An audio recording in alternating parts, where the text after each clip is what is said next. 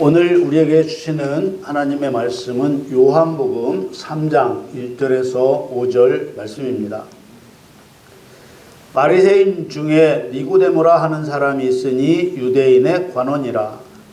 그가 밤에 예수께 와서 가로되 랍비여, 우리가 당신은 하나님께로서 오신 선생인 줄 아나이다.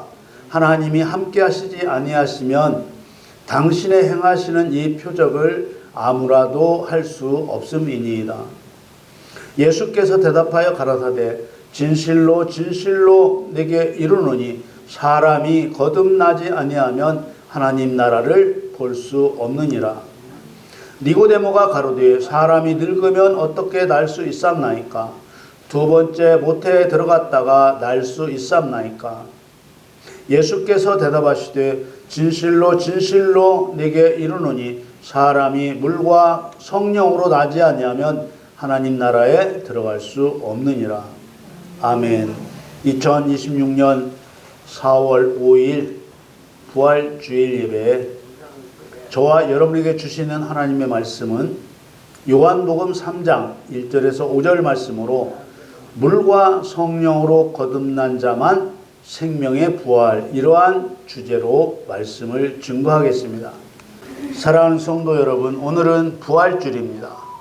십자가에 못 박혀 죽으시고 죽은 지 사흘 만에 다시 살아나신 예수님의 부활을 기념하며 찬양합니다.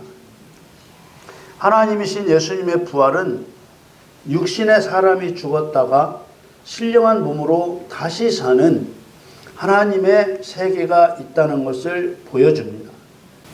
예수님은 육체로 이루어진 사람과 똑같은 몸을 가지셨습니다. 그러나 부활하셨을 때는 육체와 전혀 다른 신령한 몸으로 다시 사셨습니다. 고린도전서 15장 44절에 육의 몸으로 심고 신령한 몸으로 다시 사나니 육의 몸이 있은즉 또 신령한 몸이 있느니라. 육의 몸이란 썩는 뼈와 살과 피로 구성된 몸을 말합니다. 신령한 몸이란 영적인 몸을 말합니다.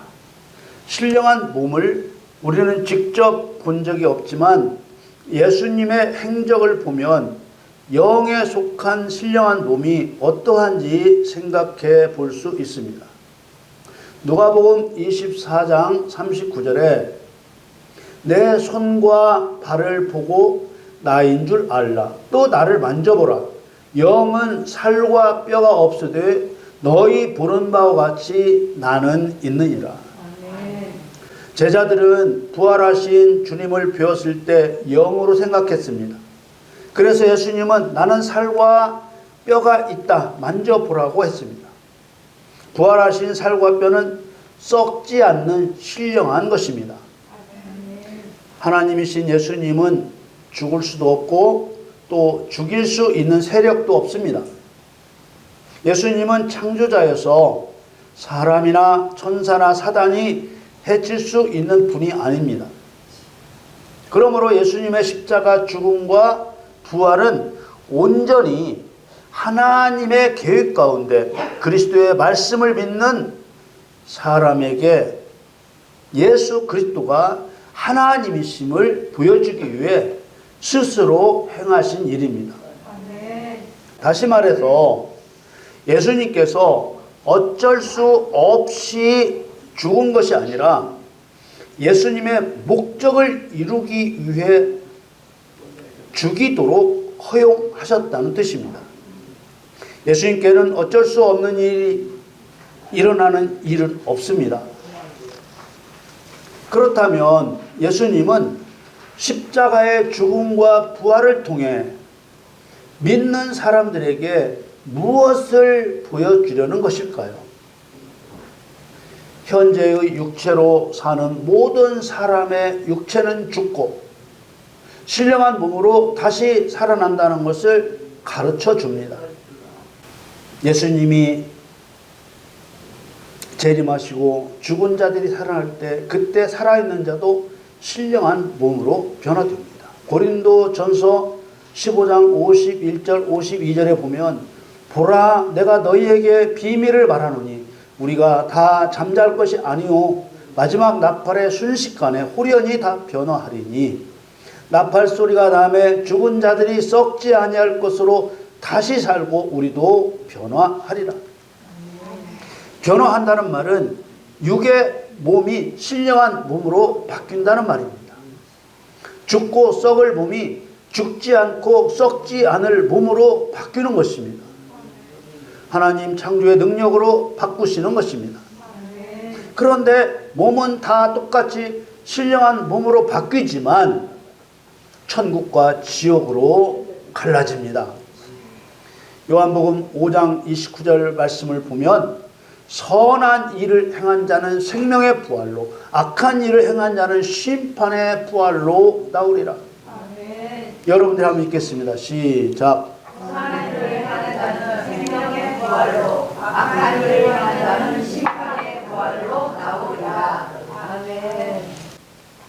영생을 얻어 천국에서 하나님과 영원히 기쁨을 누리며 사는 생명의 부활이 있고 영생을 얻어 지옥 불구덩이에서 영원히 고통을 당하며 사는 심판의 부활이 있습니다. 여러분 선한 일을 행하여 천국에서 하나님과 영원히 기쁨을 누리시기를 축원합니다. 하나님 말씀에 순종하고 하나님을 경외하고 하나님을 사랑하는 선한 일을 행함으로 생명의 부활로 나오시기를 축원합니다. 예수님이 하신 일을 그대로 따라 행하는 선한 일을 행하시기를 축원합니다. 선한 일이란 하나님과 관계가 좋아지는 일을 말합니다. 악한 일이란 하나님과 관계가 나빠지는 일을 말합니다. 사무엘은 하나님께 불순종하는 사울 왕에게 순종이 제사보다 낫고 듣는 것이 수양의 기름보다 낫다고 했습니다. 사람의 본분은 하나님을 경외하고 그 명령을 지키는 것입니다. 하나님으로부터 지음받은 존재이기 때문입니다. 전도서 12장 13절에 일의 결국을 다 들었으니 하나님을 경외하고 그 명령을 지킬지어다. 이것이 사람의 본분이니라. 경외는 두려워하는 것입니다. 창조자는 주인입니다. 창조자는 있게도 하시고 없게도 하십니다. 믿는 자의 하나님에 대한 두려움은 공포가 아니라 엄숙한 두려움입니다. 그러나 하나님이 어떤 분인지 모르면 두려워하지 않습니다. 하나님의 능력을 경험해 보지 않으면 두려워하지 않습니다. 하나님을 두려워하지 않는 것은 불행입니다. 엄숙한 두려움. 사람은 히말라야 같은 높고 거대한 산에 압도되어 두려워하기도 합니다. 태평양과 같은 넓고 깊은 바다에 압도되어 두려워하기도 합니다.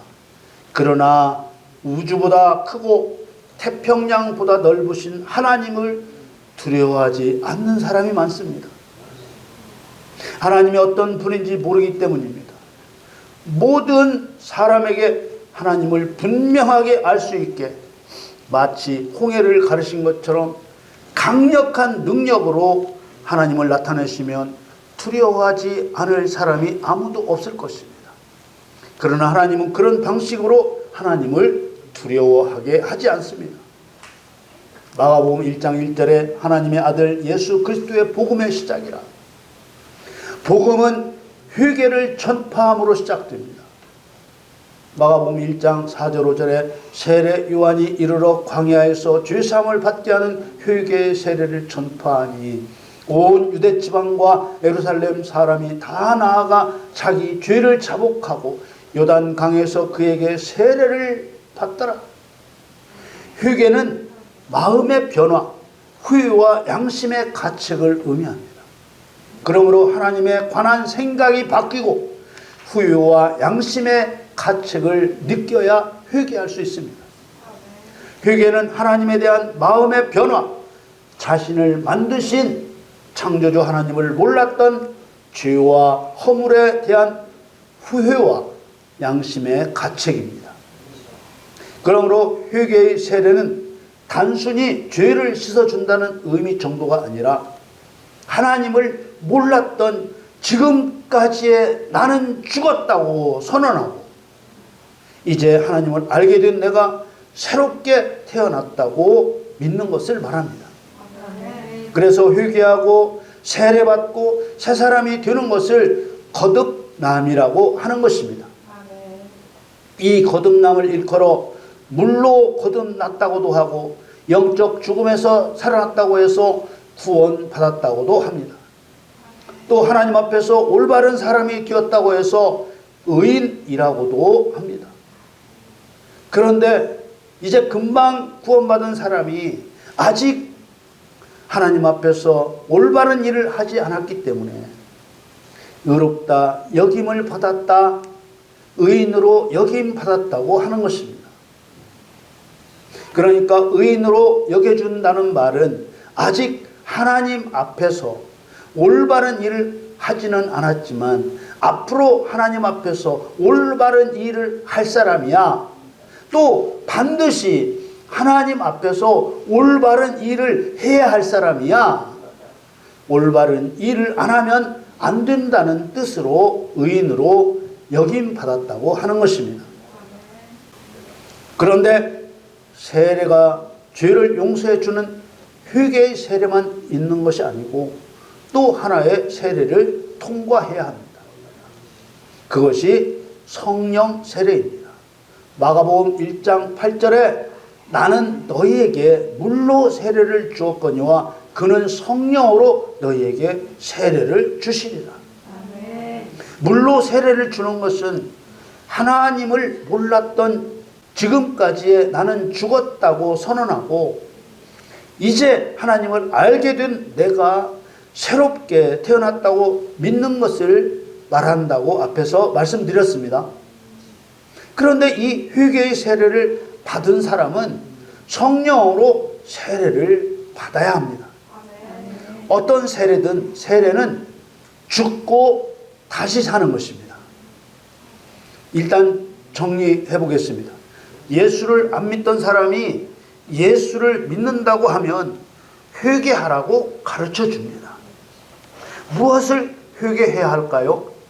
자신을 만드신 창조주 하나님을 몰랐던 죄와 허물을 회개하는 것입니다.